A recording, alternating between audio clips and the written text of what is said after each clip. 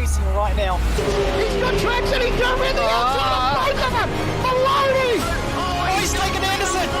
Anderson's up to Oh my God! Big crash! Oh my goodness, half the field's going to get involved! Second very close. These guys are want to make their way through the field very quickly. Oh, here we go! Oh no!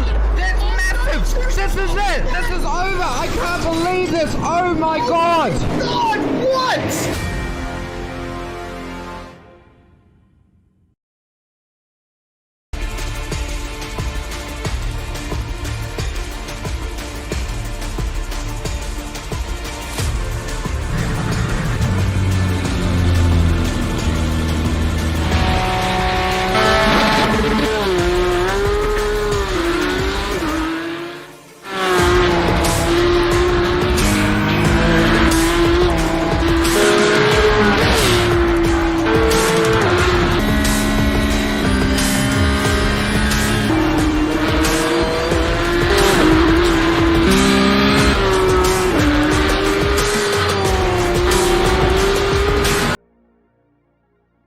Back home again in Indiana, and instead of seeing what we can see, it is blowing an absolute hoolie here today for the Simworx Sports Car E-Series. That is a windsock on top of the timing tower, and it is absolutely going at 10 to the dozen at this point in time. This is an interesting battleground here on the streets of 16th and Georgetown.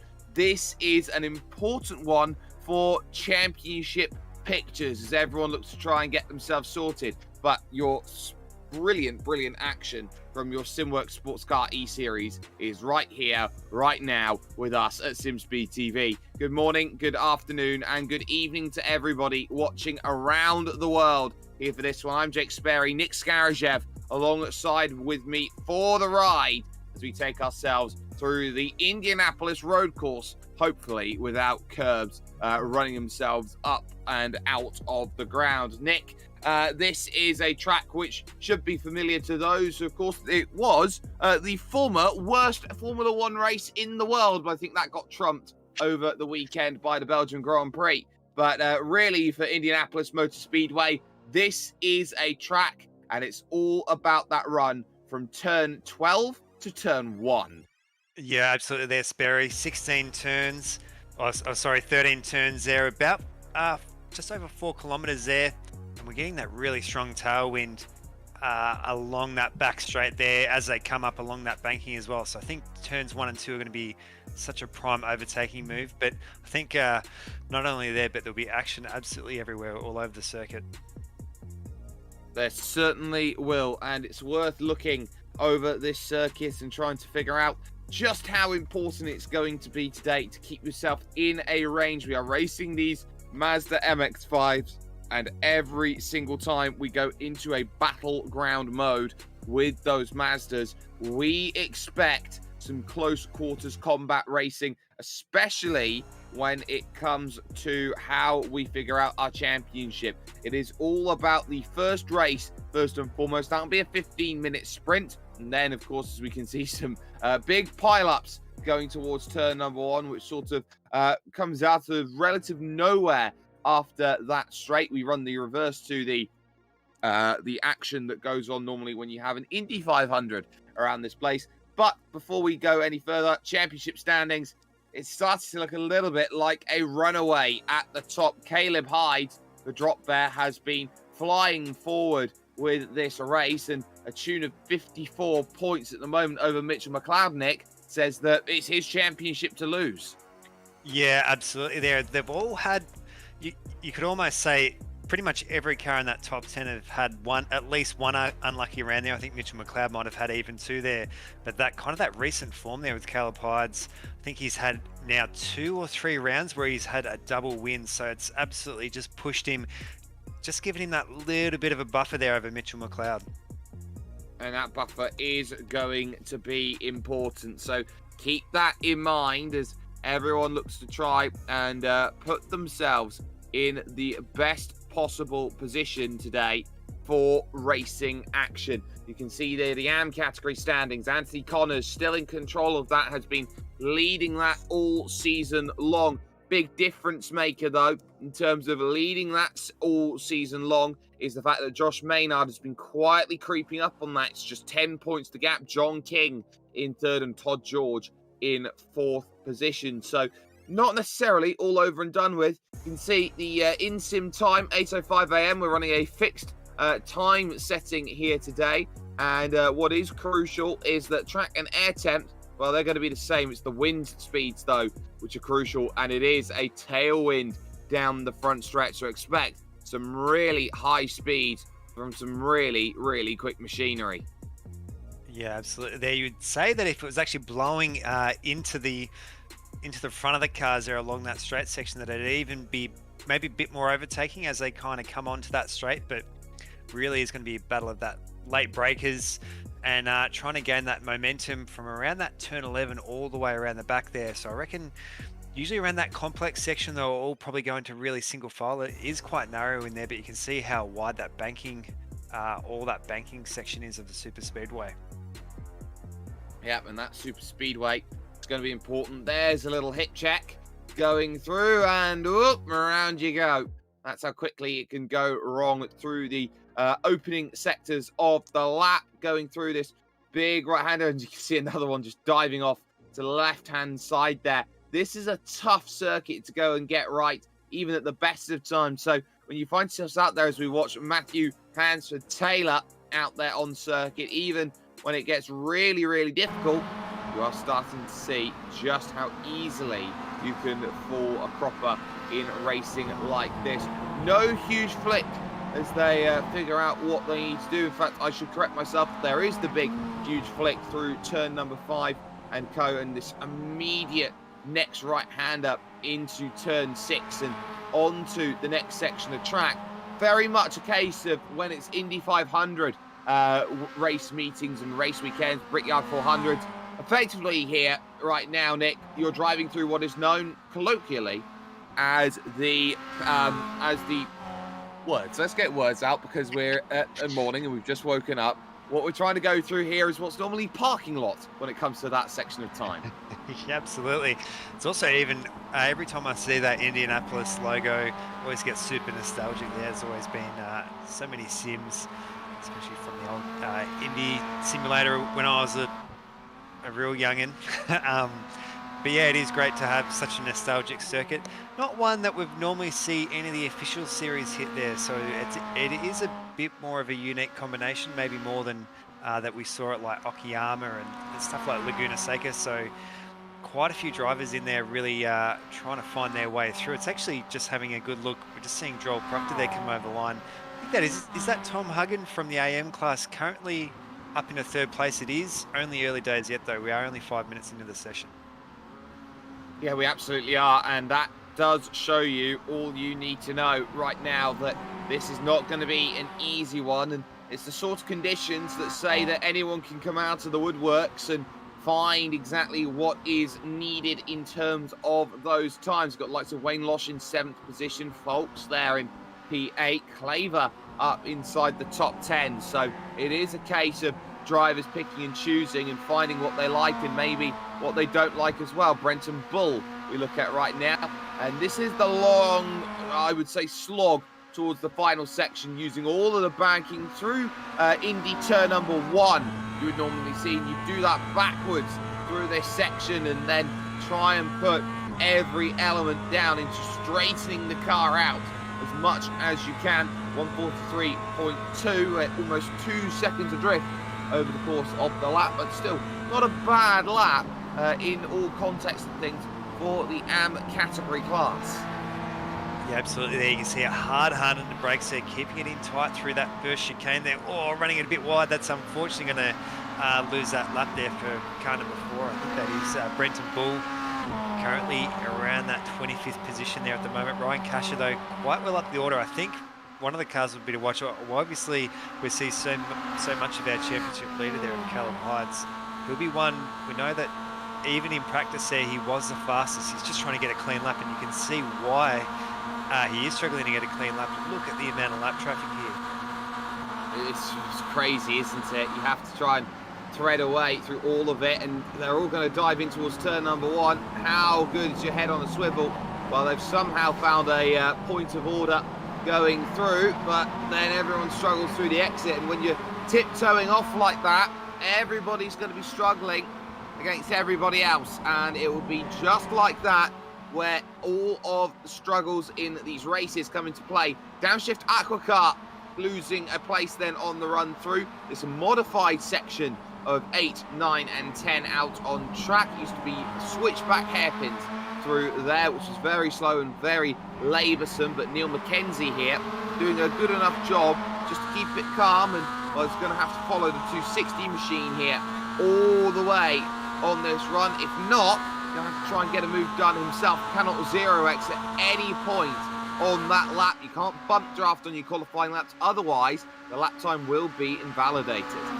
Yeah, and I also think, talking about bump draft, that what we've seen in some of the previous races as well. So Corey McFarlane, the other drop bear car, is not here tonight. So we have seen, obviously, the two drop bear cars work so strong together during that race, being able to switch off. But, oh, sorry, just saw a big accident there off screen there.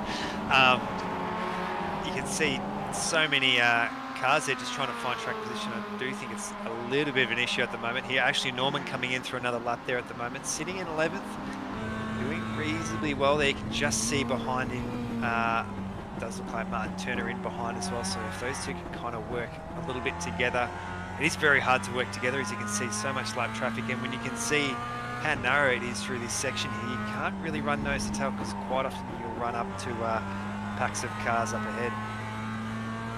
You really can, and what does make it difficult here, especially through the middle sector here, is that wind speed, because it is a headwind as you go through this section. So you do want to be tucked in behind with such blustery conditions today. You want to be tucked in behind, giving yourself an opportunity to be punched up through this fantastic next section of track. And a few drivers are out of position at the moment in qualifying. Mitchell McLeod, for example, is the big one that I can see on the timing tower. He's all the way down in P15.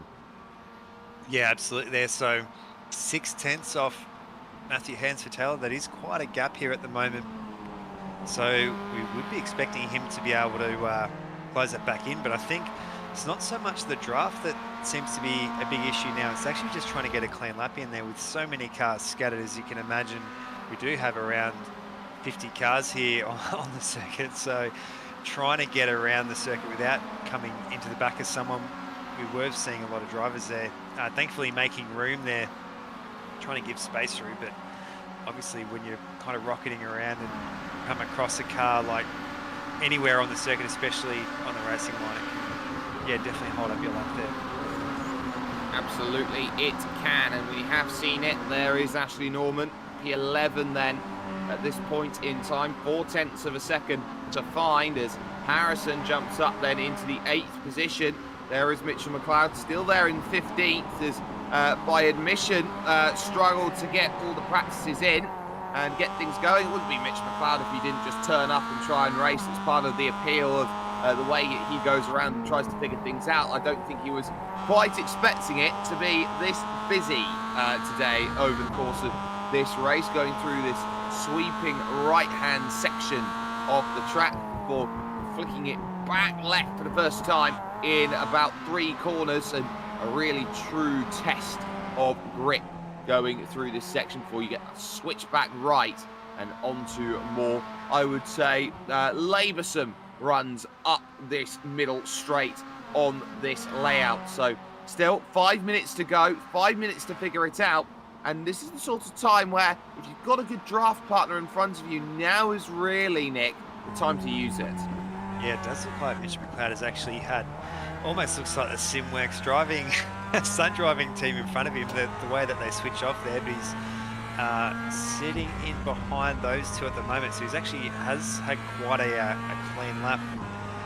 He has maintained that gap though, so I'm not too sure if it is actually going to be fast enough. It will be one to watch as he comes over the line there. You can see how much it widens out, so expect to see, yeah, especially on lap 1 and lap 2, we'd have to say pretty much all of heat 1 of that first race. You'll see so many cars taking each other really wide there. What was a 141.2, so that has brought him up the oil. That has actually brought him to P1 there, Sperry.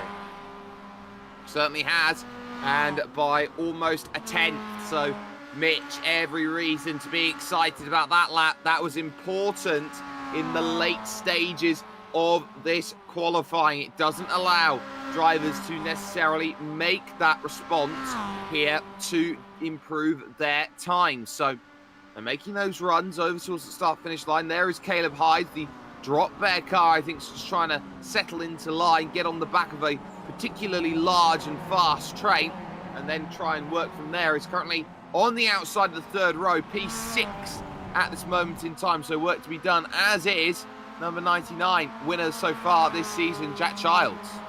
I do think Caleb's actually not going to be able to submit a time there, because he was waiting for a tow there, but when you think about it, he now has to factor in like effectively an out lap as well as a flying lap as well. I do think that is going to be his run done. That is very true. Of course, we're running in heat format here today on iRacing, which means when the timer does expire, that's it. That's the end of the session. So it is going to be a mad scramble right now to get that time completed before the end. Marty Turner, Chicken Up Racing Car, is going to be looking to try and service away towards the front stretch. And is this going to be good enough? It is a 1:41.812, so still 0.8 of a second adrift at this point in time, and way down the order by comparison then with that. And the 46, Mark Johnson, really is flying here today, right now here, and is in P number 8 at this point in time. Not much time to gain to Turner, who is currently out there in 7th position, but Mark Johnson looking really good today. Yeah, that was actually some really great work there by Ashley Norman and Martin Turner there, actually taking it in turns there and trying to give each other the tow there. Hasn't worked it too well out for Norman there. Ashley Norman in 15th place. We normally see he has such strong race pace, so we'll expect to see him slot up the order as well. Did also see, did see him out on track there during practice there as well. Ben Snell there in 17th position, so he's will probably show some pretty strong race pace there. He has had some, I don't think he's actually had a finish, unfortunately, this season with some really bad luck and incidents, and he is going to be setting himself up for a pretty difficult task there in that 17th position. And there are some very tough tasks to be had, some very tough taskmasters if they want to go and get those times sorted. 1 minute and 10 seconds on the clock. Stasi, that's all done then, coming over the line. A 42.7 then is that respective attempt going on forward. Your AM category leader put a 42.1 down on the board. Not bad at all. 1.1 seconds adrift, but this is going to be draft centric. Ashley Norman coming to the line goes to 10th, and it just shows you how quickly things can change here in qualifying. We were talking about Losh earlier on, being up there about P5, P6. Now Wayne Losh, look at him. He's down in 11th place. Todd George, 41.8. Yeah, absolutely. So you can see how quickly, especially when these radial tyres heat up a little bit, cars get a bit lighter there in fuel. It really allows them just to push that little bit extra there. I think I was actually just having a look off camera there with Glenn Wood. Glenn Wood a little bit further down there in 13th place there. We just see Jared Hughes coming over the line, 1:47.55, which is Caleb Hyde. Wow. Just like that, right at the end, qualifying to an end. Caleb Hyde, when it matters the most, has managed to steal it away by 100th of a second. Let's go through the grid very quickly. Caleb Hyde, 1:41.011, has done it by 100th over Jared Hughes. Mitchell McLeod thought he had it all sorted and wrapped up. It will be a start from 3rd with Matthew Hansford-Taylor in 4th position. Adam Sharp goes from 5th with our leading AM, Tom Huggan, then in 6th position overall, with Ryan Kasher in 7th and Marty Turner in 8th position. Mark Johnson starts this one from 9th. Aaron Oliver rounds out the top 10. Yeah, we got just outside the top 10 there. Ashley Norman and Wayne Losh there on row 6. Lee Harrison, Glenn Wood, Stephen Folks there and Luke Claver on row 8. Ben Snell and Kai Allen there on row 9. And then we'll have Todd George and Anthony Connors rounding out our 20.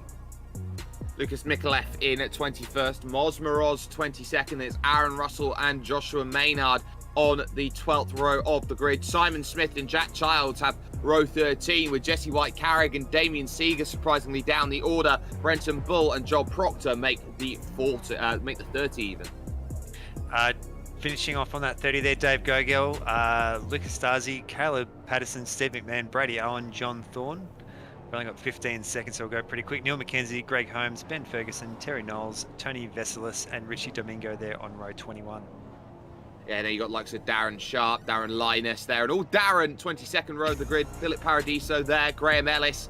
And then we continue to flick on back through the final couple positions. Bard Rodkin and JS Walker making the 50 here today at Indianapolis Motor Speedway. Caleb Hydes again, putting the car up on the front, doing exactly what is necessary in qualifying. But there is a decent run towards turn number 1. 15 minutes put into the perspective is going to be what we see. Lights on then here at Indianapolis Motor Speedway. Race 1 of 2 tonight for those who are out there looking for their chances in a mid-part of the season. There's the green, and we are underway. Getting ourselves started. Great start by Caleb Hydes. Good start as well by Adam Sharp in 5th position, making this run towards turn number 1. You're going to see that draft be very, very important as they swarm on down past the yard of bricks towards turn number 1. And now you start to pick up places. Good moves towards the opening section. The Chicken Up car diving down the inside pretty nicely off of the get-go. And no such dramas then as they go through turn 2. A nice and clean start is exactly what we all wanted to see. Yeah, we did see Mitch McLeod there. Unfortunately, that does look like a spin there, and also with some heavy contact as well. So he's going to have to get a tow there. There's very little chance there of that car being able to make it back to the pits. Yeah, and he's just going to race control. Might need that. Mark Johnson as well. Getting caught up in that is not going to be ideal. Big slide of the tail from Jared Hughes, who has got the race lead ahead of Caleb Hyde. So Jared Hughes, who had worked hard through that infield section, has got himself the race lead. Great scrap just behind him as they go side by side into turn 8. That is Ryan Kasher going through on Matty Hanson-Taylor, and now moves up into the 4th position. We talk about 15 minutes not being a long amount of time to make things happen, but you know you've got to be completely on it there. As you can see, they take this big charge as they go on forward. So nice work being done. There are your leading 2, but a bit of side-by-side. Kai Allen, we've seen so far this season have a lot. He's battling hard with Luke Claver. Look at this. Yeah, absolutely there. But gee, you'd have to hand it there to Jared Hughes. Just kind of almost catching Caleb Hyde there by surprise. These guys are absolutely flying down there. You can see that that bump draft almost putting that Kai Allen into the wall there. You're going to have to jump off that rear bar there to jump on the brakes as they come through. Jared Hughes there defending super strong here into this chicane. Yeah, and that super strong battling, you can see it's happening up and down the order as they try and funnel it into single file. There is 2nd place, and Caleb Hyde just behind though for 3rd. There goes Hansford-Taylor down the inside, up to 3rd now with that change. And Ryan Kasher brings the freight train here as they head towards 6th. Big left-hander trying to figure it out. It's going to be on the wrong side of justice here, trying to get it sorted. They're leaning on each other through the corner, but the inside comes along for Kasher. They'll be nicely sorted in the missed apex there as we see the 43 car in a little bit of trouble. Is that Lee Harrison? It is Lee Harrison who is on the wrong side of things here. Today, he has gone way back down the order, and more dramas there at 6. That's Ben Snell again running into troubles. Yeah, Ben Snell down about 10 positions there as well. It did look like he might have got some contact. We will cut to a VRS replay here. Certainly will. So this is what happens to the 43 machine of Lee Harrison going in towards turn number 1. A little bit shepherded there on the outside, but goes through, seems okay for the moment, but next left that comes along in comparison might be the moment. Just pushes a little bit wide off the road, looks for the inside it seems then, against the 48 machine. Back end just decides, nope, tank slapper, and into travel that way. Ben Snell's issue out on track. Lunges for the inside, the chicken up racing car, number 3 of Ashley Norman, and gets that nicely done, but ultimately Norman's choosing his line and Ben Snell is taking the spin. Yeah, that was running it into that pretty tight line there. Ashley Norman didn't really look like he deviated there off the apex too much, so a bit unfortunate there for Ben Snell. We're actually seeing, I was hoping that Hansford Taylor there could bridge the gap to that first and second position, but both himself and Ryan Casher have managed to push themselves right onto the back there of Caleb Hyde. Actually has handed Jared Hughes there, who's now just maintaining about a 0.7 of a second gap, which that's all he really needs there at the moment, as there might be Casher there right on the back there of Hansford Taylor. He was trying to sneak a nose up the inside when he wasn't looking, pick his pocket, but didn't quite work. You've got there likes of Adam Sharp there, Marty Turner, and you've got also Glenn Wood, Tom Huggan, both of them trying to go well. Now, I've heard the most Australian thing in Australian racing and Australian sim racing: watch out for blocking. You will get penalised for blocking if you aren't already. And oh, there you go. Round goes the SRT machine. Adam Sharp facing the wrong way. Oh, yeah, in reverse, mate, in reverse. Almost, thankfully, just off the racing line there, but a bit of a shame there for Adam Sharp. He was actually sitting there pretty strong there. I have to say that Glenn Wood absolutely rocketing up the order there into 8th place. He was, I think, a little bit further down the line there, and great work there, I think, by Tom Huggan, maintaining that 8th position. He's well and clearly clear there of Todd George there, all the way down to 16th, so doing really well there in the AM class. Yeah, Glenn Wood having a great scrap, as is for second right now. There's Wood on the outside, then we'll see that he is almost about to lose it, but fights well against Marty Turner there. That's a great bit of battling that we've just seen. Hyde's hard look down to the inside at 3. Sorry, at 4. Nearly gets the place back. This is some brilliant work from Matty Hansford-Taylor to get himself up in second position, but they are fighting so aggressively. There goes Ryan Casher with a tank slapper. He goes all the way to the wall. Yeah, Ryan Casher definitely going all kinds of crossed up there through that corner, spearing right through into that sand trap section. So thankfully no damage there, but that's unfortunately his progressive grid. It does make it pretty hard now to work all the way up to it. It's probably going to pop him out somewhere around 18th position there. So he's going to be in for a pretty difficult task there, I reckon, for our feature race. Those difficult tasks we are going to be seeing time and time again here at this point in time. And speaking of, there is a recovering driver trying to make a move. Down the inside goes Adam Sharp, and Sharp Racing Team car, the SRT machine, has got it all sorted. So that's another little move in the books. But we look up a little bit further forward here to this scrap going on. Ryan Casher's recovery. Simon Joel Smith trying to get by. This will be for about 19th. You've got Connors and Mikulev just in front, and they're using the parabolic banking here at Indianapolis Motor Speedway to make that charge towards this section of road. We've got 3 wide towards turn 1, by the way, as Ashley Norman deals with Moz Moroz and Kai Allen on the run in, and it's dicey, and there's a little bit of contact there for Moz, who is trying to get things going. In Moz he trusts, and he can't quite get there. Yeah, Moz Moroz having some really good pace there through practice and at the start of qualifying as well, so he's feeling quite comfortable here at Indianapolis. We are going to come to a BRS replay here. Absolutely are, and this is a bit of 2 wide battling. We were there. The push to 3 wide for Ryan Casher, and Anthony Connors is the focus, and oh, that's not what you want to see. Someone out braking themselves, getting a little bit scared of the cars in front and taking the cop and the hit around. That is the last thing that I'm sure the entirety of that pack wanted to see, and well, it comes in the form of the leading AM driver. So here is the battle for 3rd position. Caleb Hyde, looking in his mirrors, sees Aaron Oliver there, and Aaron will definitely want to try and find a way through. Sooner rather than later is the key.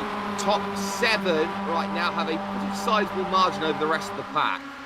Yeah, and talking sizable margins there as well. Jared Hughes almost pulling about 2 seconds there on Hansford Taylor, so has a well and truly good buffer there. It's tricky to tell there if we're going to pick up any lap cars. We have seen, as we've seen, quite a lot of incidents there.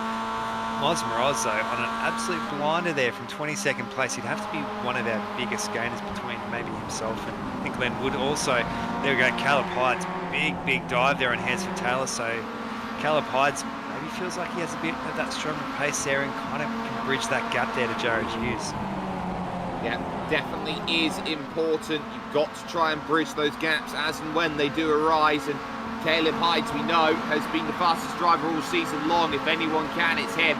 Lucas Stasi then making his way through, and that you can see is the VIP machine looking to try and gain some places back up through the packs as well. So keep an eye out on this as they go and try and figure out exactly what is needed. There's 63 of Huggan.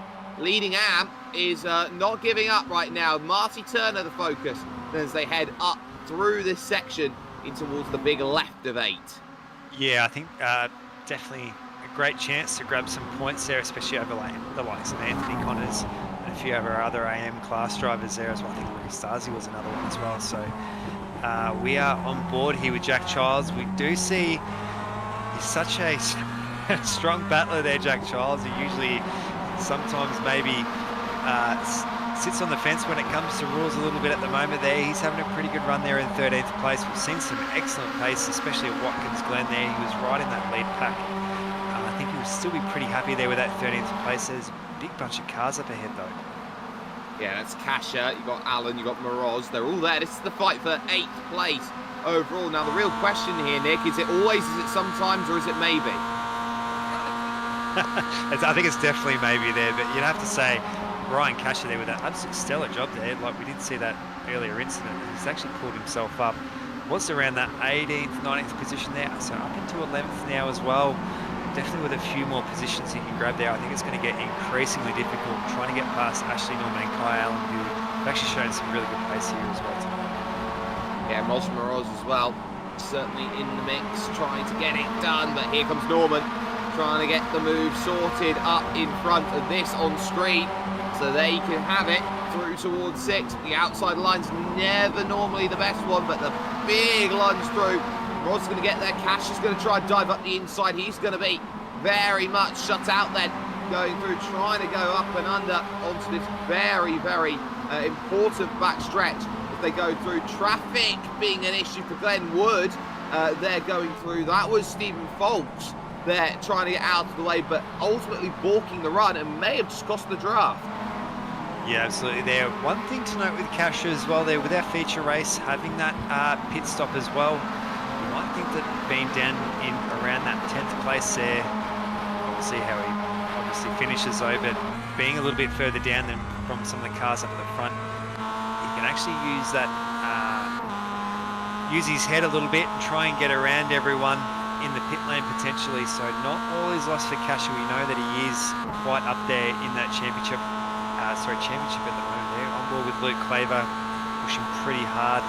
He's one of our AM drivers there. Oh, gee, Kai Allen. We can see the inside of a Mazda MX-5 there. Oh, big accident there on the straight. Allen and Co, and they're all going to go into each other. A big accident then. Ashley Norman caught up in it, and it's still going on. And some huge dramas. Wayne Losh caught up in the crash as well. That is exactly what you don't want when you're fighting 3-4 wide on the front stretch. Just like that, it ends in total tears. It's absolutely, sorry, we were actually just talking about Ryan Casher there. We were actually catching the replay there being in the, what you say, in the right place there at the wrong time there. You can see these 3 cars up ahead. He was thinking in his head, how am I going to get around these guys? And you can see, they've just cut over the top of each other. Yeah, a little bit reckless there. They knew that they were in each other's, at least in their spotting range there, but it's absolutely handed it to Casher there. So he's from 18th place there, all the way up in that 8th. Yeah, just like that. That's how quickly it can go wrong. And some great heads-up driving from those in the pack who had to funnel it all the way to the middle of the road to make something happen. But crucially in this race, we are heading towards the white flag lap here in this one with Hughes in control. There is Ben Snell down the order at this point in time. Down in, was in 29th position. Is now back into the top 10, it seems, with that level of drive at this point. So with so many drivers falling foul of what's going on, we've got 3 wide per second here on the last lap as it starts. Aaron Oliver's going for the power move down the middle, trying to figure it out. Oh, and they just about manage it as they go through. Still, it's Hides versus Hansford Taylor, and the inside next 3 corners are all Caleb Hides here. Aaron Oliver's going to try and funnel a way through, try and sneak one down the inside, and is going to manage it here.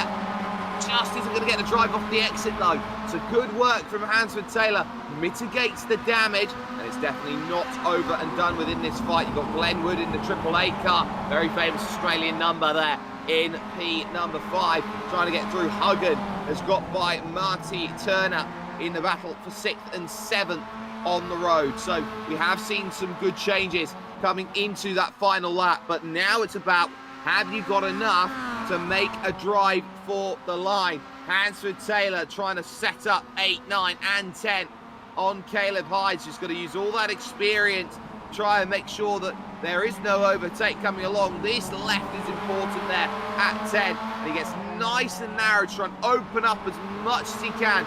Wood's not going to find much remove, but again, a 10th from Caleb Hyde is giving him all of the run and leeway that is needed. Just in front is Jared Hughes, who will take himself towards the yard of bricks here on this final lap. Broke out ahead, saw they were battling hard behind, didn't look back. It is 1-1-8, picks up the dub here at Indy. It's going to be 3 to the line, and it looks like it's going to be Hansford Taylor stealing 2nd position. What a run there by Hansford Taylor. What a last lap there by for that race there for 2nd. Just seeing a few of the more minor positions come through there as well. Great work there by Moz Moroz. He's going to just get pipped on the line there by Todd George, as well as I think that is his teammate there, Damien Seeger, in behind there as well. So some great racing here. With Indianapolis, it's always a bit of a mixed bag to how exciting it's going to be, but obviously throwing 50 MX-5s into the ring, you knew that we're going to see some action. And action we certainly did get there, as you can see. Still on, 37th place battle here. Ashley Norman and Wayne Losh, they're going to be fighting for it all the way to the line. And they're figuring out of where they need to be and what they need to do. Well, it will come all the way down to the checker as they make their way on the back stretch. So now you start looking at this. Where do you want to make the move? Both of whom took a tow, got themselves back going again. And ultimately, you would say here, Nick, it's about setup. Yeah, absolutely. And you can see with these two as well. So 36, around the 37th mark there as well. Do you know Mitch McLeod's a little bit further down the road there in around 45th. So he's going to be charging through, as well as Kai Allen there in 34th. Oh, you can see Martin Turner there trying to work out which way to go. He's going to be forced to go the long way around. Maybe he can try and cross over here. If he can, he's going to be... But it looks like you're going to run out of road. He had a really good run out to 12, but his run had to be tempered early. So ultimately it will be 38th, the last finishers over the line. Let's get confirmation of result then up on screen for this. Jared Hughes will pick up the W then, and does so in a time overall of 15 minutes and 29 seconds. Wins by 2.9 over Matthew Hansford Taylor. A great run towards the lines. They found out Caleb Hyde's just beating Aaron Oliver over that line as well, with Glenn Wood happily in 5th position. Leading Am was Tom Huggan. He got 6th place, and it's these performances which are bringing him right up into the thick of that Am battle, with Marty Turner 7th and Ryan Kasher in 8th position. Jack Childs with a great run from 26th place on the grid, got all the way up to P number 9, and it's Ben Snell who rounds out the top 10. Yeah, great recovery ride there by Ben Snell with that earlier incident there. Todd George, our 2nd AM car there. Excellent result there, just pipping the line to Moz Moroz, as well as Damien Seagar. So we saw those 3 come over almost in formation there. Lucas Mikulev, Joel Proctor there, Lee Harrison, bit of a recovery drive for himself as well. Lucas Stasi there, Simon Smith, Adam Sharp in 19th, and Jesse White-Carrick there in 20th.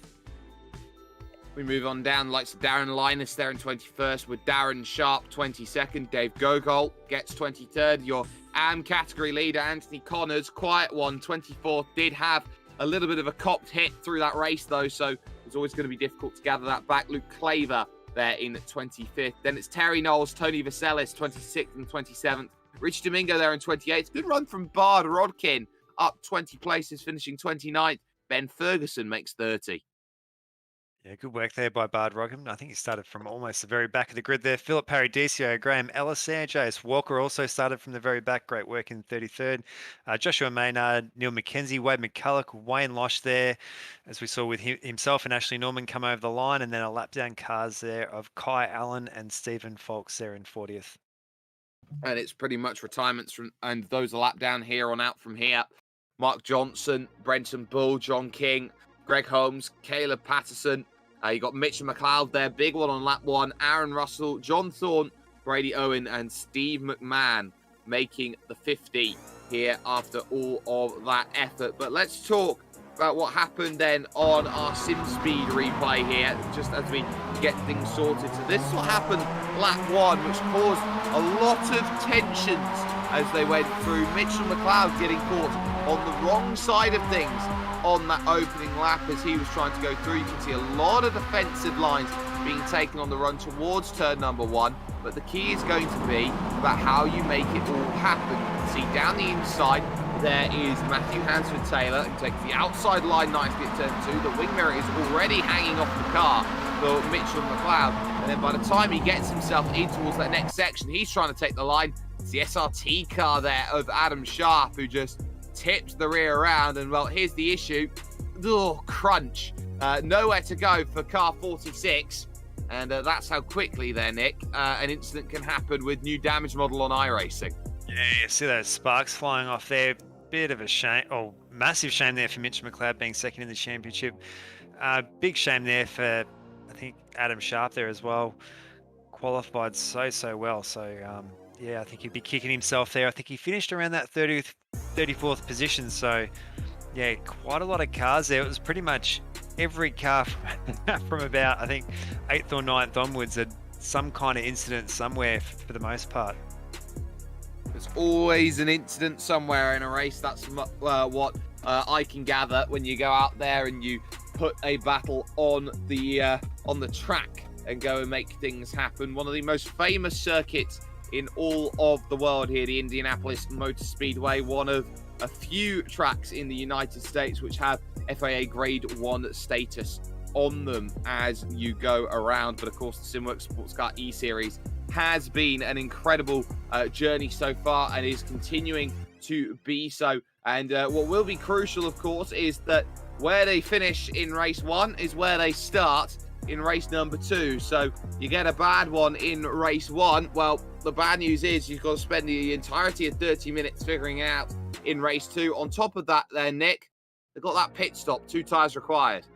Yeah, absolutely there. I was actually just saying that sponsors board as well. Quick mention there, of course, with Wolfchester, I think Duo Trading, as well as a few others coming on board as well. So the series going from strength to strength. It's getting some, excellent viewing numbers and some really great support as well. Checker flag out then in warm-up. They will take themselves over to the grid. We know how they will stack up because of how they finished in race number 1. So that would put Jared Hughes on the pole, Hansford-Taylor second, Caleb Hyde then in position number 3, in just the 1 minute grid themselves up then and make sure they are all okay. Aaron Oliver 4th, Glenwood 5th, Tom Huggins 6th, then it's Marty Turner, Ryan Casher, Jack Childs and Ben Snell. A lot of work to be done. 30 minutes though, you got double the time to figure it out. Expect a bit of fuel to be put into the cars as well. They have limited the sets so that you do have to take a little bit of something as you go through, or you are going to be sputtering out of fuel over the line a la last week. So that is going to be a big figuring out as they all try and go through. So What can you do if you're Caleb Hydes? It's been damage limitation mode. Second is definitely doing that job. Your main rival couldn't get the finish that was required, and that gap is just getting larger and larger up at the top. There's the green. There's the go. They are underway here then from this wonderful circuit then of Indianapolis as they go and charge towards turn number 1 once again. Hydes on the outside, trying to figure out a move then. A bit of 3 wide in the middle with Kasher and co as they try and figure out where do they need to go here on the brakes through the big right-hander of turn 1. He switches back left, of course, turn 2 as they all funnel in. A little bit of contact in the middle's already got themselves caught up, and they're going to all jam over to outside the 202 car. Being caught Lucas Michelek in a world of trouble. The big spinner there through all of that you saw just there on screen. Yeah, absolutely. We did see Jack Childs, unfortunately, having a massive tank slap, and did manage to get it hooked back up there, so he's back down a few positions there, holding it pretty well. I think that is Mark there as well, keeping it pretty clean. Thankfully, did not block the track there through that chicane section there, so we have seen all the cars come through, but yeah, lap 1 is always a bit of a hairy one. Always has been, always will be. There is car 72 trying to work out a way to make an overtake then on circuit through the right-hander going along, and it's going to be a case of you will sit, you will wait. There are not many chances out there on track where everything sorted out. Dave Gogol there in 72, Jesse White carried in the 777 machine. They take this run onto the oval banking then for the first time in heat number 2. Very long pit lane as well, so it'll be worth figuring this one out. Ryan Cash, oh, there goes the 72.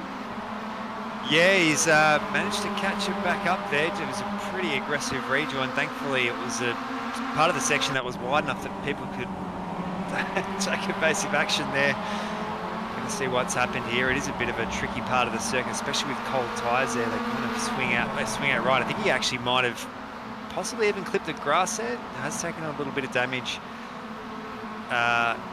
Unfortunately for him. Hydes, Caleb Hydes, big slowdown penalty it looks like, and that is going to be a huge amount of work to be done to get back through. Advances on the back of Sharp, side by side for the race lead though in the meanwhile as they go through. Jared Hughes, who had lost it through turn 1 to Matthew Hansford-Taylor. Not much that could be done about that one. Hansford-Taylor's held on. You've got Oliver there, you've got Ryan Kasher in the mix as well as they look to charge up through the field and make sure that this racing is all going to be nice. And just taking a peek to that inside then goes Aaron Oliver, searching for it at turn 8, and he's going to have to hope that he's on the right side of it through 9, because Cash is going to start searching down the inside here, and it's that freight training process that's going to just start hurting them. Cash can't quite find it just yet. Yeah, absolutely. This battling here is absolutely going to hold him up there. You can just see Glenn Wood just out of shot there, so that's going to bring him up into the mix there. You can see these two going side by side there. Both Cash, I think that is Oliver as well. So great run there. Mitch McLeod up 27 positions there tonight. Up into 19th place there from number 46. So I reckon that was almost 2 or 3 positions for each corner. Certainly is. Back on for the lead though. Jared Hughes going to be searching this one out. You can see, look how swarming this pack is. It's like a flock of bees as they go towards turn 1. But again, Hansford-Taylor's not giving this one up. England's down the inside from 4th position as well. And Hughes still going to fight. Next 3 corners, we keep saying, is going to be there. And now, look at this. Ryan Cash is going to go for it. Second pack as well, fighting hard. So Jared Hughes back to the point. Glenn Wood, Ben Snell having a good race at this moment. This is a real chance for Ben to put something down on the table. Yeah, and talk about putting something down on the table there. Hansford-Taylor has just got a nose free at the moment. So, Ben Snell, hold it together. He's going to come back onto the grass there. Great work there, but keeping it in one piece there. He's still going to make the move. He's just kept the boot in there, so great work going around the outside there of Glenn Wood. He was drifting it like he was going through the circuit of a bee suit, and still somehow got the move on the exit. Battling going on, Hydes there, and I believe Damien Seeger trying to scrap hard for position. Nice to see Seeger with a good run then after poor qualifying in race 1. Not going to have anything going there through the right of turn 12. Ben Snell, not the most happiest then on the radio after all of that as he settles back down into a rhythm. Into the pits comes some lap traffic there of Ben Ferguson, but the leaders right now, this is where it's all about. First taker in on the pits, it's Lee Harrison coming in on lap 3. Yeah, great work there with Damien Seeger there. Unfortunately for his teammate, Moz Moroz has retired there, so... Oh, look at the lead. Yeah, a bit of a mixed result there. So just having a look here at Tom Huggan. But you are right there. We're catching some of these cars coming in right now as well, which I don't think the fuel tank limit will actually be able to hold. So potentially if a really long safety car duration came in there. Kasha is super wide there, but we're seeing... Super slow down. Yeah, so that has put Hansford Taylor is right in the mix now. So he's going to be under a hell of a lot of pressure from these 4 cars in behind. And it's a heavy slowdown of that section of road. There is no doubt about it as you go through and you try and attack that section of track. If you find yourself on the wrong end of it, you are going to have to jump back down. And Cashers now with Adam Sharp and co as they charge up through. Again, it's too wide for the race lead. Jared Hughes is not giving this fight up as we look at Ben Snell at the moment. And behind 3rd and 4th, yeah, you can absolutely see it is about keeping yourself in range. Hughes inside of 9, but again 10 is going to be there and covered by Matty Hansford-Taylor. Look at this crossover as they go through, knitting and purling for 3 straight corners. Here is Jared Hughes, and he is searching every which way to try and get through. This is a big hold up in the train. I would think that if you're looking at this, now's the time to dive in and look at this. 1, 2, 3. Oh, a dupe! A dupe from Ben Snell. He thought about going on the pits. Nah, I'm not having that. Yeah, a bit of a fake out there by Ben Snell. So we just saw, I think, Aaron Oliver there and a few of the others attempt to go the undercut. See Jared Hughes there absolutely motoring past there. Hansford Taylor there. You can see how strong that draft is, even with that giant tailwind. We'll see. This will be the battle of the late brakes here. We just saw Jared Hughes there a little bit earlier on the brakes. So he's going to have that inside line, which is going to push him to the outside. Good battle though. It is a really good battle, and they continue here through 3.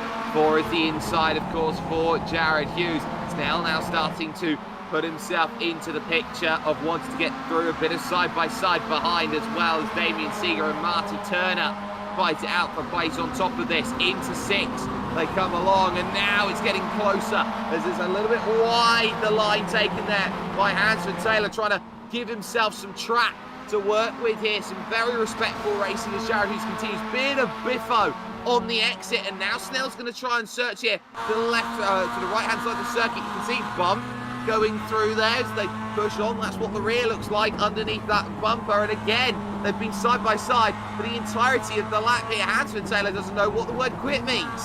Yeah, and you can see that slowdown there that might have been about 1.5 seconds there to Caleb Hydes. All this battling at the front there has absolutely pulled himself back onto the group, so he's going to make it really difficult for this trio. We know how strong Caleb Hydes is, especially when he gets some open track there. He can usually pull those lap times on most of the fields there. So Aaron Oliver is going to be effectively our effective leader here with that earlier pit stop. He pit very early though. Oh, it's such an aggressive pit stop. Have they slowed it down? Ben Snell was struggling to hit 87 as he overtook Hansford Taylor over the yellow commitment cone. So I wonder here if there is a speeding penalty in the offing for 141, as almost everybody has dived down into the pit to try and cover off Aaron Oliver.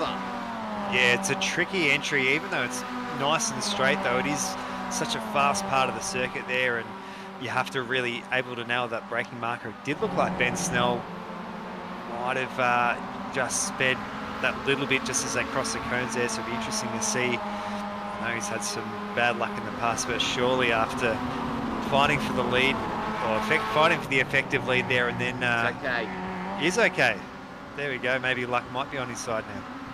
Yeah, and he's going to go way ahead of Hansford Taylor as they charge through. Long wait, Huggins 3 wide with Harrison and Oliver. Those were the leading trio who had pitted, and just like that, you can see the gap that is there but that is on a very big underfill. You would have thought that as they got through, Hanson Taylor's got out and away, but is really dealing with Proctor and Sharp in front. So some very heavy-handed battling going on out there at this point in time. It's going to be very much worth its weight in gold at this stage. 20 minutes to go here at Indianapolis Motor Speedway as they figure out, okay, what do we need to do in a race like this? Yeah, you'd have to say there for Ben Snell and Aaron Oliver, and that I think that might be Adam Sharp as well in behind. So really need to work together there. We know that these three at the front there have all been fighting for the lead. If they can work together in that midsection, they might be able to actually pull quite a lot of time on the rest at the moment. Just having a little bit look further down the line there. I think car 101 there. I think that might be Darren Sharp as well there. Jack Childs, unfortunately, having that big tank slapper right at the start. A little bit further down the order there. Great run up there. I think that might be car 97 of Hansford Taylor, who's also pitted. Yeah, who has got through there on the 99 and has got it done. I think he's called race control there for being pushed off the road. So that is going to be important just to keep in mind as they figure it out. So still the continued battling is going to be continuing on. The 92 of Caleb Hydes is trying everything possible. And there goes the 10 down at turn 1. So Caleb Patterson in a bit of trouble. Yeah, a bit unfortunate for Caleb Patterson there. A bit of a slide there as he rejoins the circuit. We are going to cut to a VRS replay here. So, still all the work. Here is the little look, and that's a heavy hit. Not once, but twice. So, if the first hit didn't get him from car 690, John Thorne, the second one certainly did. Yeah, I did see over the chat there, I think John Thorne admitted a bit of fault there. I think they might have been even possibly a bit of net code there that he'd get him very, very close there, unfortunately. For those two, that is that risky run there as well. I think this is Ashley Norman there and Damien Seeger coming around. We're actually seeing the field quite spread out here at the moment. So, sorry, it's Marty Turner though, not Ashley Norman. Their cars do look very similar. But Marty Turner there going for the long game this time. So, feeling like if you can try and get some really good laps in there, it might make him a bit competitive against the likes of Ben Snell and some of the others there that are fitted for that undercut. And you talk about having a track which has a section of flat out for about, or how do we put this, 40 seconds or so without needing to hit the brakes. It's going to be great for fuel saving. Yeah, absolutely there. So we can see Ben Snell in behind R43 there of Lee Harrison. So Lee Harrison we haven't seen too much of. Unfortunately qualifying not really so much down the order there, but involved in a lot of that biffing and barging in our first heat. So has made his round this time a little bit hard there. You can see Ben Snell coming around there as well. If these three can work together, will pay off. So because Tom Huggins there for position as well. They all came in and pitted. You can look just behind. You can see Glenn Wood there dealing with Mitchell McLeod in the the AAA and the 40, trying to figure out how much of a battle they can get, sliding on through turn 4. And Mitchell McLeod's the sort of driver that just gets better and better as the race goes on because he's got more reps. Now, here's two drivers that can seemingly never separate themselves over a race meet. Kai Allen, Brady Owen. Yeah, big, gee, you just see how aggressive they are with the steering there. These little MX-5s there. Thankfully, we've got some temperature in the tyres now, so you can be quite rough with them as you just see that weight transfer as they come through. And you're right there, foot to the floor here for about 40 seconds. So you pretty much foot down, set the clock, and then about a minute later, then you kind of back off under the brakes so you can see, just watch how deep they come under brakes. Oh, I don't know if it made the line there, but great work there with that pit entry if they did. Yeah, and that work certainly being done. Ryan Casher now up into second position, has gone through on the front stretch over Caleb Hyde. So these three trying to figure out their lap times, and it's important to note Jared Hughes, 41.3 was the lap that he just did.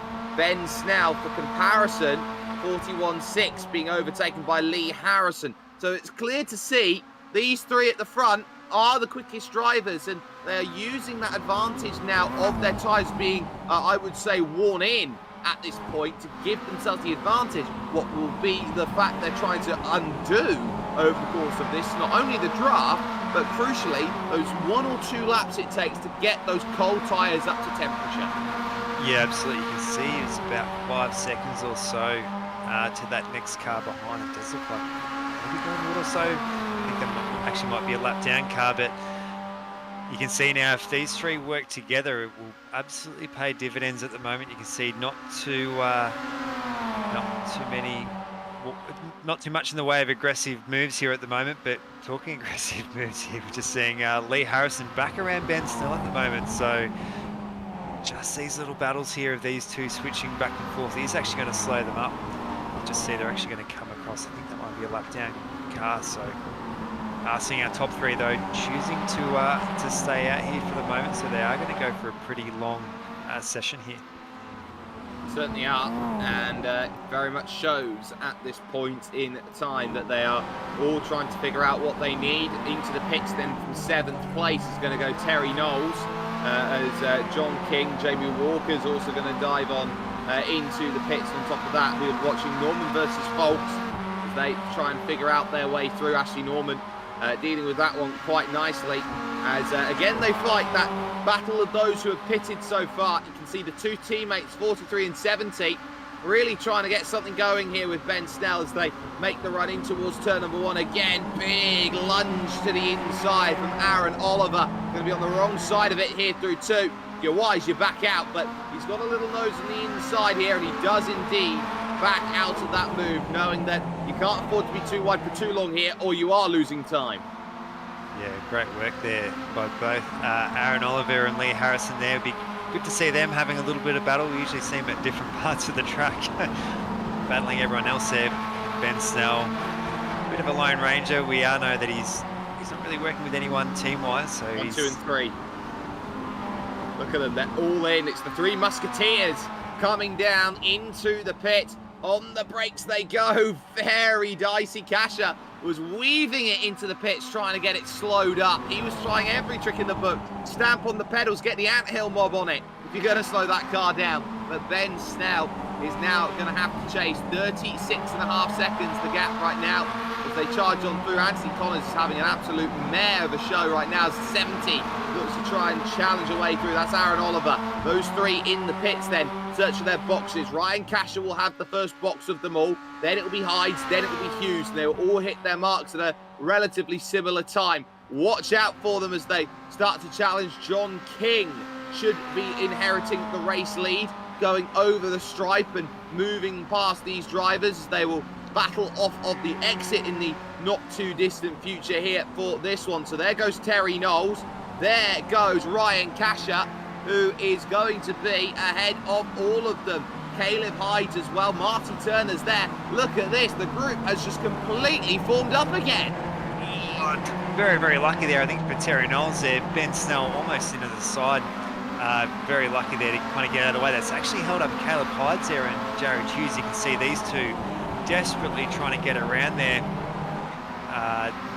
Terry Knowles there giving a little bit of a gap, but you can actually see that gap formed up.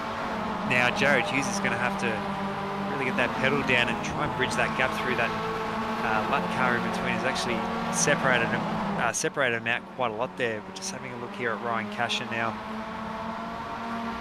And this is, you can see just how much it means, and they will have to work hard to stay with Ryan Kasher. He's got the cold tyres, he's got to strike now, and they are doing it at the moment. The traffic really helping here. Look at this, it closes right up again for Aaron Oliver, Ben Snell and Lee Harrison, whose early pit stops have seemingly worked a treat.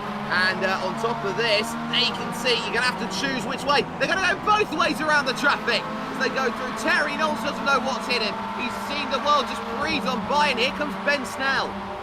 Yeah, a bit of a white knuckle moment there. Thankfully, I think it was Ryan Kasher there going around the outside. Thankfully, with that incident, very experienced drivers there know how to take on that lap traffic. It is actually going to bunch them up quite a lot now, so I think we're going to be in for a treat here. The next 10 minutes are going to be absolutely critical here. We've got Aaron Oliver there in that 4th place there. He's bringing up the rear there. Lee Harrison as well. So a lot of the Simworx cars here could be in with a really good chance. Here comes Snell to the outside and to the net point in this race. The one driver in front of them to make a stop, but Kasha's not giving this one up. It's factory fire as they go through in towards 4, and it is Ryan Kasha holds it for the moment. Bit of side by side just behind as they desperately try and catch the next train. Jared Hughes on the front. Won't know what's hit him right now. He's got absolutely motor to get onto the back, and this could be anywhere upwards of an 8 to 9 car train fighting for victory here today in the feature at this Indianapolis Motor Speedway. Yeah, and you'd have to say maybe Ben Snell being the dark horse, the dark horse in all this. All of them do have a championship to worry about, especially Caleb Hyde's there. He's got the buffer on everyone at the moment. He is at the back of that train there at the moment, so he's not in the greatest position at the moment. You see Mitchell McLeod there hammering through the field there, up 34 positions from 46 up into 12th place there, so pretty good recovery run there at the moment. You can see one of the Wolf Jester cars off just in front of him. Yeah, and that is making some work. Glenn Wood trying to charge through. They've got Terry Knowles to work with. Tom Huggins looking really good, but is being dropped right now by 5th and 6th. They head through turn number 1. They will cross the yard of bricks, the most famous yard of bricks that you will ever see. Ben Snell with a really good run here. Try and figure it out. 8 seconds, of course, to John King, but they're not worried about that. The 2 teammates behind are going to be bump drafting their way forward. Ben Snell is going to get the move done over Ryan Kasha. Move up to the race lead. Slides a little bit through the corner. Is going to be able to gather it up here through turn 2. But again, it is a case of you're never truly out of it. Look how aggressive down the inside the Factor Fire car is. Ryan Kasha back through. He does not want to relinquish that race lead.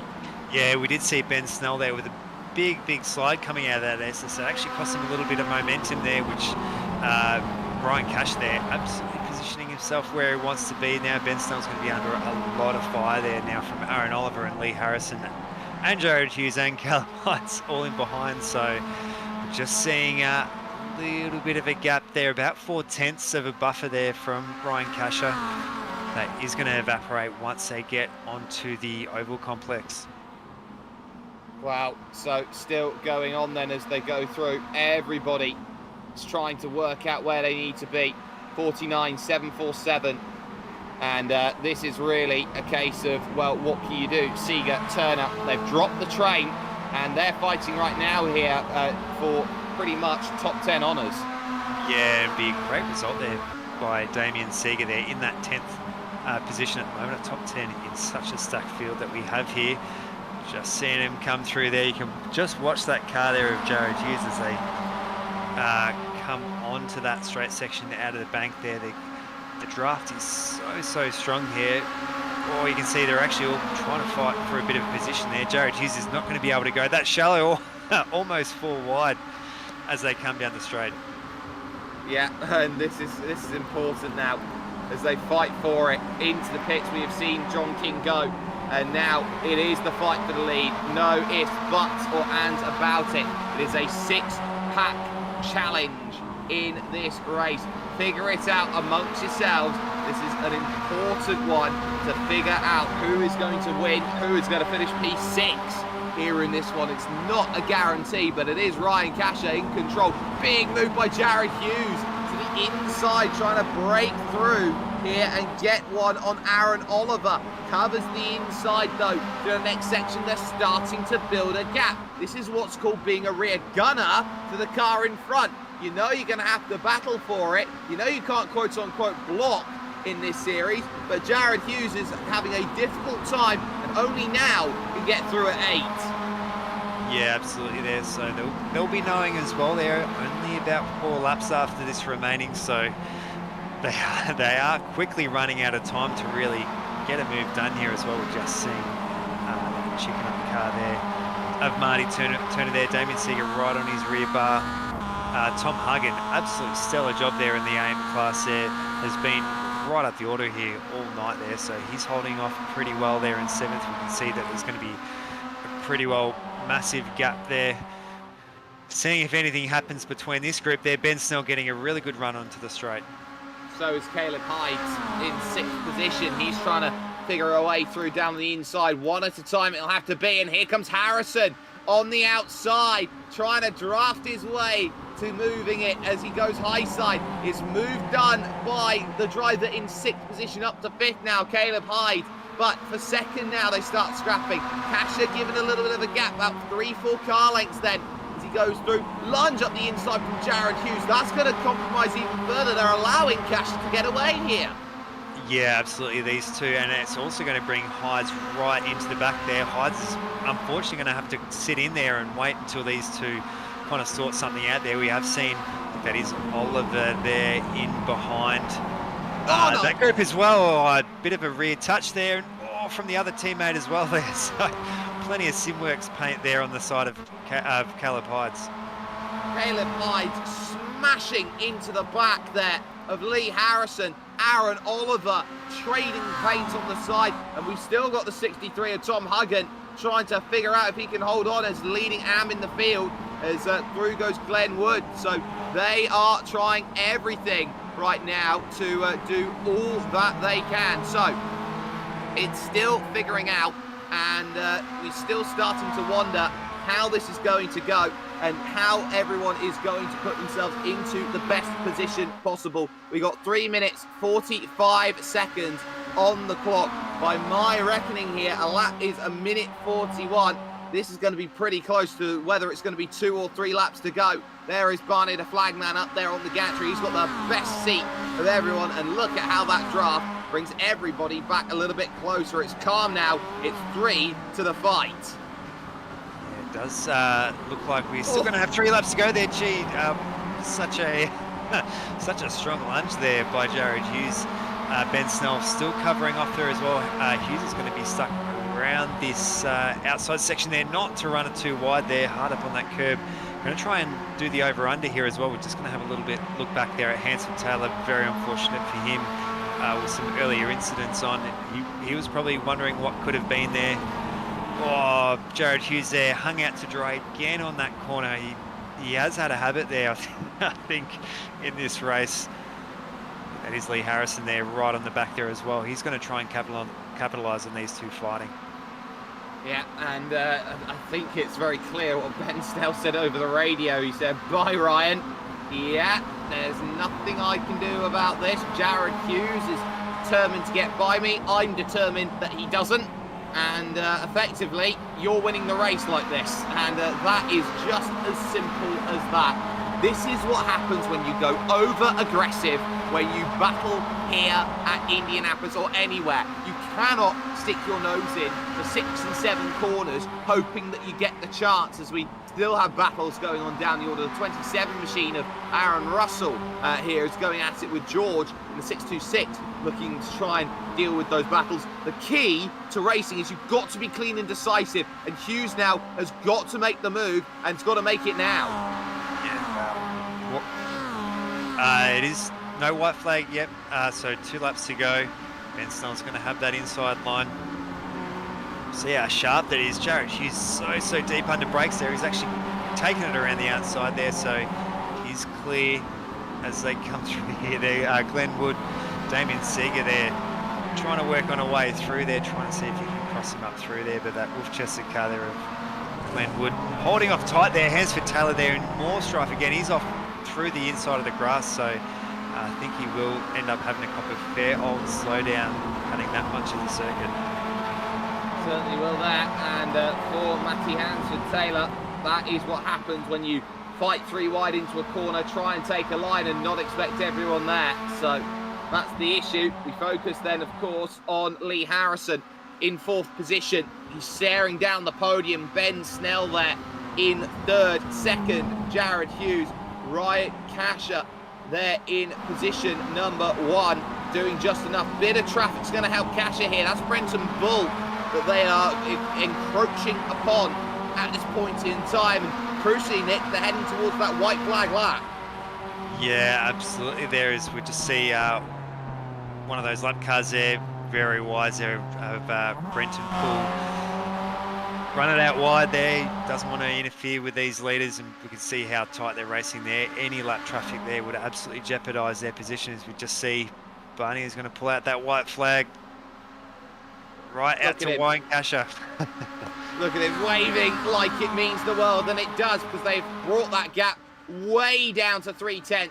Jared Hughes trying to come back from a mile away, searching for it on the brakes, going to look to the inside. Here comes Snell as well. Contact Casher. Contact Casher. Apologies come in from Ben Snell. Immediately slows down. He's going to try and redress the place. He's out of it. Suddenly, it is Hughes, it is Harrison, and it is Caleb Hyde.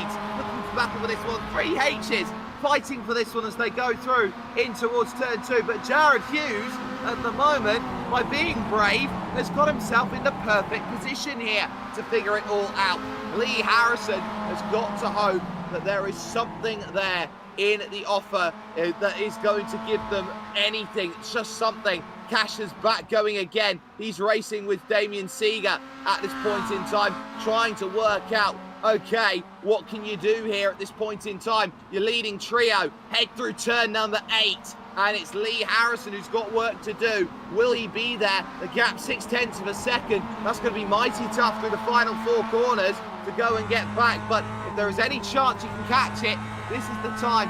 All about drive through here, and he gets a little bit of the grass, and I think that is all she wrote for this one. The question will be whether Caleb Hyde can close it down, but Jared Hughes, who had been sniffing and sniffing, and half a chance here and half a chance there, well, he's just been rewarded for being very, very nosy. It's the double for Jared Hughes. Harrison second, Hyde takes third.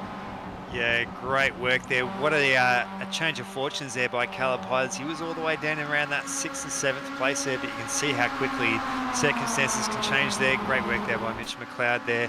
Just getting edged out by Damien Seeger there, so up 37 positions there into 9th place there. Tom Huggan, our leading AM car there, in the top 10. So, sorry, Hansford Taylor over the line there with our chicken up car there. I think that was of Martin Turner as well. Wayne Losh, great recovery ride or drive there into 22nd. So improving from his race 1 result. We've still got those side-by-side battles all the way to the end. We've got 39 drivers on the lead lap, and it goes all the way back to Wade McCulloch out there on circuit right now, as they will all be trying to push over towards the line, get the results that they need. There is Brady Owen down there, 32nd position, still made some good gains in that one. There's the downshift car of Graham Ellis there, the downshift yellow team, just trying to bring that car home as calmly as possible. Just a little bit behind the likes of Ben Ferguson and Wade McCulloch. Ferguson, of course, not for position, but you can see very much looking like the confused dog going through with one wing mirrors up, one wing mirrors down. You're like, oh, okay, I don't quite know what you want, but I do want a treat going through the final corner. Your treat there, dear sir, is finishing the race, which you can be very happy, and to do so on the leading lap as well. Let's take ourselves then over towards our final race results then from this feature race here at Indianapolis Motor Speedway, and it's a very, very simple affair. If you are car 118, Jared Hughes, it is a victory in 31 minutes 34 seconds. Had to work for it on the last lap, got a bit of help, wins by almost half a second over Lee Harrison in 2nd place. Caleb Hyde, that is a very good B game performance here today. 2nd and 3rd is definitely nothing to shake a stick at when the pace outright wasn't necessarily all there. Aaron Oliver picks up 4th with Marty Turner 5th, and a 6th place finish there for Glenn Wood. 7th in the end would end up with Ryan Casher, who led starting the final lap but got spun around, of course, after Ben Snell went marauding down the inside. Damien Seeger ends up with 8th, and talk about this for a drive, 46th to P9. Mitchell McLeod, great race there from Mitchell there in the number 40 machine, rolling back the years, some would say, with that one. Tom Huggan leading AM, top 10. Yeah, Great work there by Tom Huggin there. We saw Ben Snell redressing that position there with Ryan Casher. That actually did put themselves into the mix with a lot of other cars, so he's down in 11th there. Great driving though by him. Luke Claver there. Lucas Stasi, our second AM car there in 13th place. Super strong drive there. Hansford Taylor there with a few incidents. Later on there in that feature race there, Jack Childs as well. Ashley Norman. Darren Sharp there, great result by him there into 17th. I think that might be his best result this season there. Stephen Folks there, Mark Johnson and Simon Smith in 20th. Moving on then down, 21st and onwards, Neil McKenzie there is 21st with Wayne Losh and Kai Allen, 22nd and 23rd, having their battle towards the line. Jesse White-Carrick in 24th position. Aaron Russell then leading his train home, which included Lucas Michalak, Todd George and John King, who we saw up near the front, the last car to go and make his pit stop. Richie Domingo ends up in 29th position. Greg Holmes having a shouty day on the radio here. He gets 30th. Yeah, quite a lot of calls out to race control there. Tony Vestelis there in 31st. Great result by him there. Brady Owen, Joshua Maynard, Dave Gogol, Darren Lyons there in 35th, 36th. Bard Rodkin there from last position there in race 1 there. So great result there. Philip Paradiso, Wade McCulloch, Graham Ellis, and then Brenton Bull, our first car a lap down. A lot of cars a lap down. You can see the final page. Terry Knowles, Joel Proctor's in there. John Thorne.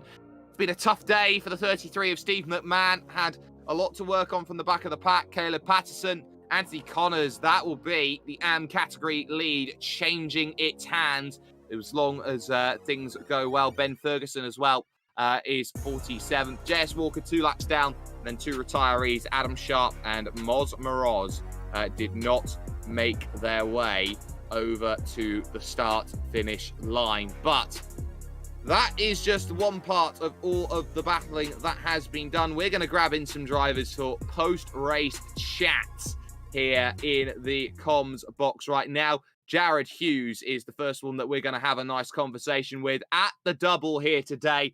Jared, that would be the perfect result, but really one which you look at on paper, especially with 2 laps, 3 laps to go there, where you were almost searching, some would even say too aggressively, for that move up into second. How important was it after that pit stop, being back down there, 5th, 6th position, to really just get your head down and focus and make those moves to get back up?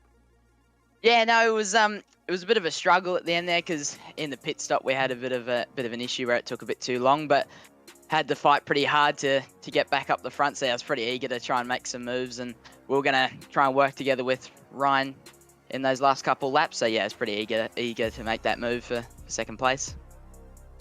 Yeah, we absolutely did see there some brilliant overtaking happening, and we just got on screen that incident on the final lap. Talk about it from your perspective. You're diving down the inside. You're just trying to make sure that you're keeping yourself out of trouble, and it all came up roses on the final lap for you. Yeah, it was. I was going for a move on Cash, and I wasn't even looking in my mirror, to be honest, because I just want to make sure I made the clean move and both keep going. But yeah, unfortunately, I think the other person just went a little bit too hot and took out Ryan. So a bit unhappy about that, because Ryan should have gone pretty good in that one. But that's all right. Go for the next one.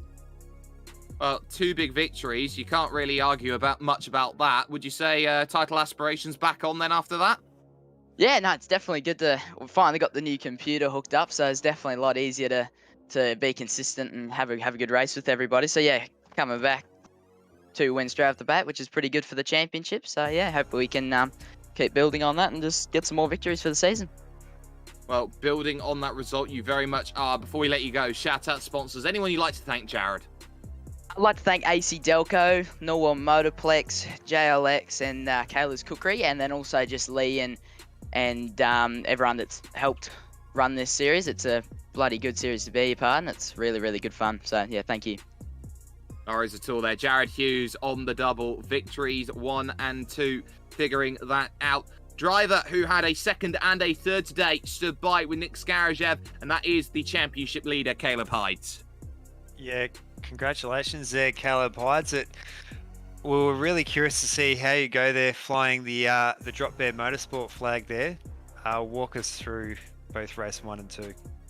Yeah, I think overall it's kind of just like, for me, like just one of those rounds. I would have liked to at least get a win, but in terms of result, I can't complain with 2P3s. Like that's good for the championship. I finished ahead of all the guys I really have to, like Aaron and Mitch, who are second and third, I believe, in the championship. So overall, I'm probably taking, fewer risks than I was at the start of the season because with the points gap between each position being so small, it's so important to finish each race and at least have a decent finish as well instead of like a really bad one. So I was trying to keep it a little bit easy out there. It wasn't the smoothest run in both races, but yeah, I'll take the 2 podiums. Yeah, I was about to say there, what a highlight there on that last lap of the feature race there. We did see you're almost back down somewhere around that 7th or 8th mark there, but shuffled your way forward, and then that incident, unfortunately for Ryan Casher, parting the ways for you there to bring you into a podium. So a really good stroke of good luck. Yeah, it was really unfortunate because me, Jared, and Ryan were all working together throughout the night. It would have been great to see Ryan get a win or at least a top 3, but unfortunately, yeah, that happened. That was really unlucky. So did nothing wrong. He drove really well tonight. So yeah, obviously gifted me a podium, but yeah, it would have been good to have him up the front.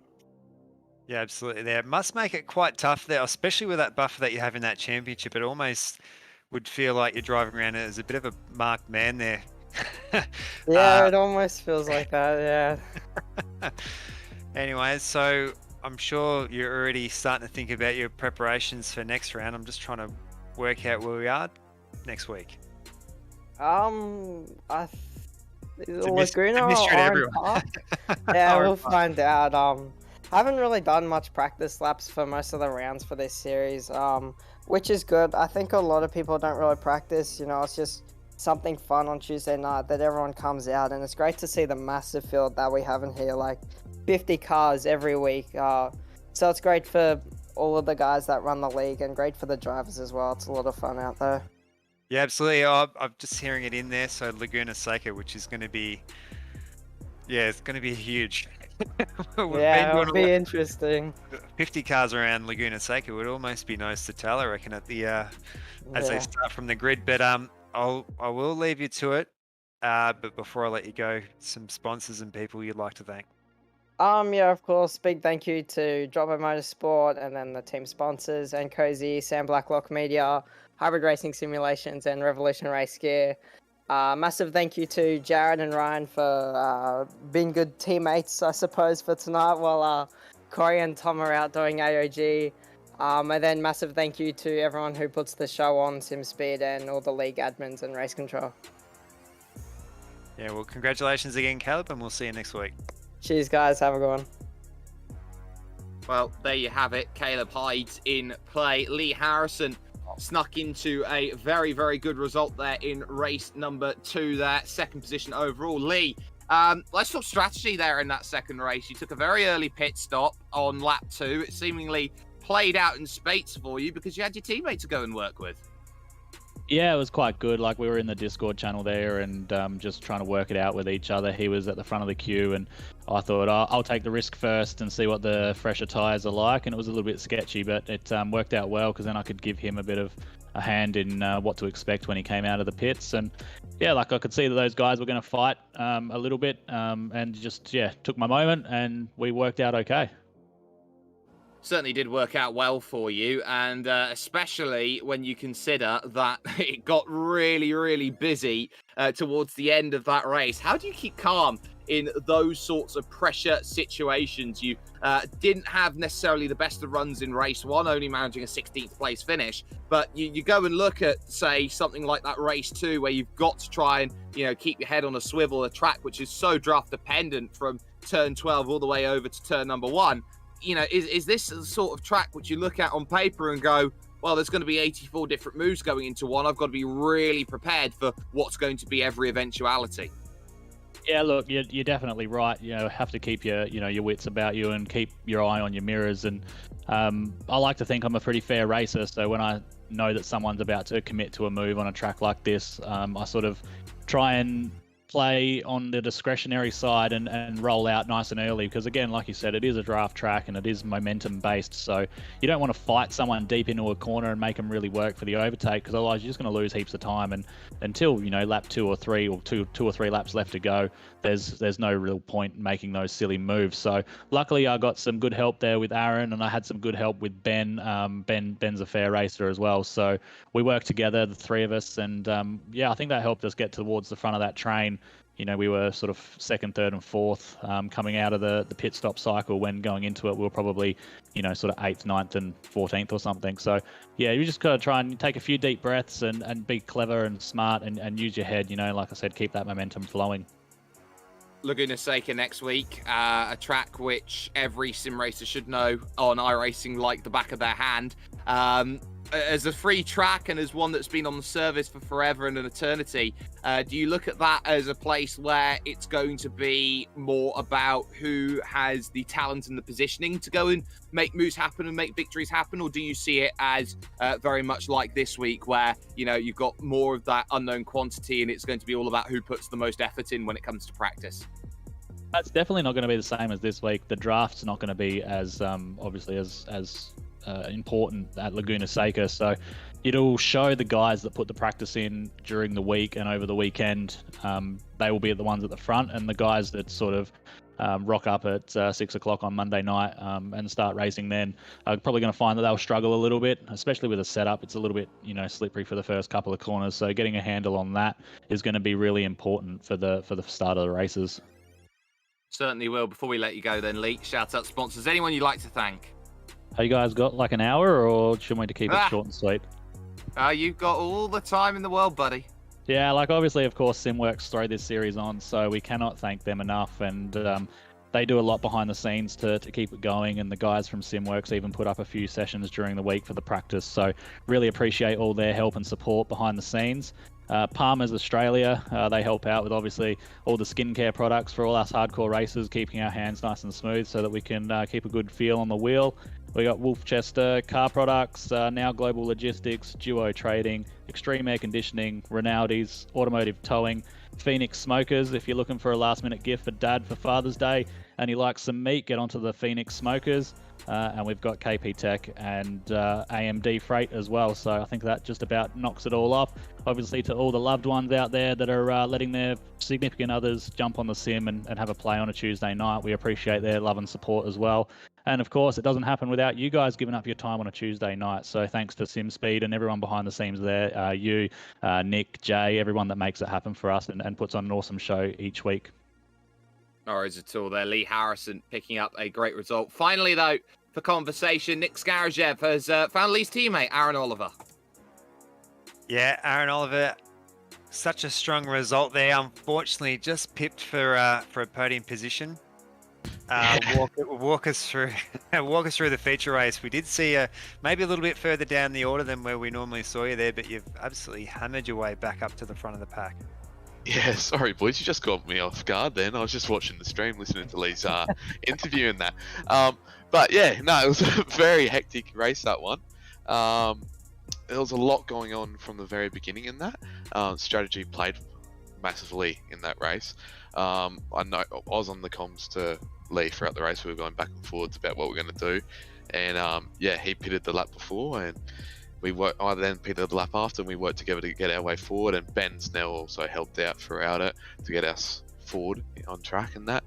And yeah, we managed to get through all the cars and find track space and just smash out fast lap times. I think one of the stages we were doing the same times as what we were seeing at the front in qualifying, which is very unreal for a race pace.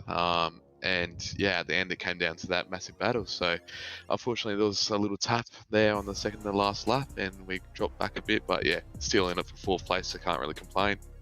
Yeah, I'd have to say there, yeah, Ben Snell definitely working with you to hammer in those lap times, and unfortunately that incident there with Ryan Kasher pushing both yourself there and Lee and Caleb there up the order a little bit. So yeah, some good luck there. We did see at the start of the season there, you did have a little bit of bad luck there. It absolutely has helped your championship campaign as well there. I think you were sitting around third or fourth place there. So we did see, I think Mitch McLeod little bit down the order there in the feature as well. So your championship hopes now are starting to look very sharp.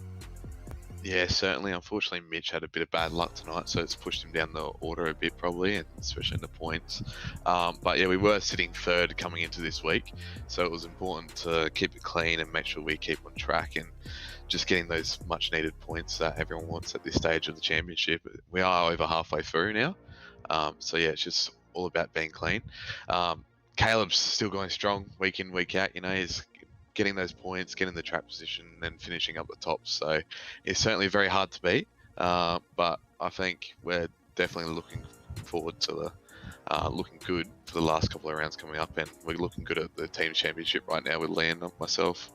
Yeah, we would have to say there, next round there, Laguna Seca, such a popular combo there with the Mazda MX-5. So many Mazda signs up around the track as well. It's almost like if it wasn't for the Japanese origins there, the MX-5, you could almost say that Laguna Seca is the spiritual home of the MX-5. So we're going to see, yeah, it's definitely going to be a sight to see all 50 cars go around Laguna Seca. So we will catch you next week. Any sponsors and people you'd like to thank? Yeah, for sure, boys. I can't do it without Penrite Oil, Simworx Simulators, Joe Morano from Harcourt's Real Estate, Motivate Training, Repco Australia, Phoenix Smokers, MB World and Engineering Co., Living the Dream Australia, Revolution Race Gear, and Murray Bridge Batteries. Yeah, well, congratulations again on a strong round there, Aaron Oliver, and we will catch you next week. No worries. See you then, boys. Awesome job then that we have seen. There is our destination, the WeatherTech Raceway, Laguna Seca, formerly the Mazda Raceway, Laguna Seca. So a traditional home, some would say, that we go to for round 6 of the championship. Same time, same place, just 1 week on from that. Join us on the 7th of September as we get things going. But here today, it is a case of who could manage exactly what they needed to. Some brilliant battling up and down the order. Jared Hughes on the double. Lee Harrison with a good run. Caleb Hyde keeping that championship well in check. Massive thanks has to go to the Virtual Racing School first and foremost, who have been your replay sponsors here today, as they are for all SimSpeed broadcasts over the course of what we have. And of course, the series sponsors of the Simworx Sports Car E-Series, to Palmer's, Wolfchester Automotive Towing, Phoenix Smokers, Rinaldi Extreme Air Conditioning, Duo Trading, Now Global Logistics, KP Tech, AMD Freight, and Simworx Race Simulators. It's going to be a real challenge next time out to see who is going to put themselves in the best position. And well, at the moment, someone must say, wake me up when September ends, especially if you are Caleb Hyde, because August has been fantastic. When September ends, it might just be his championship on the horizon. 1 week, we'll see you there, Laguna Seca.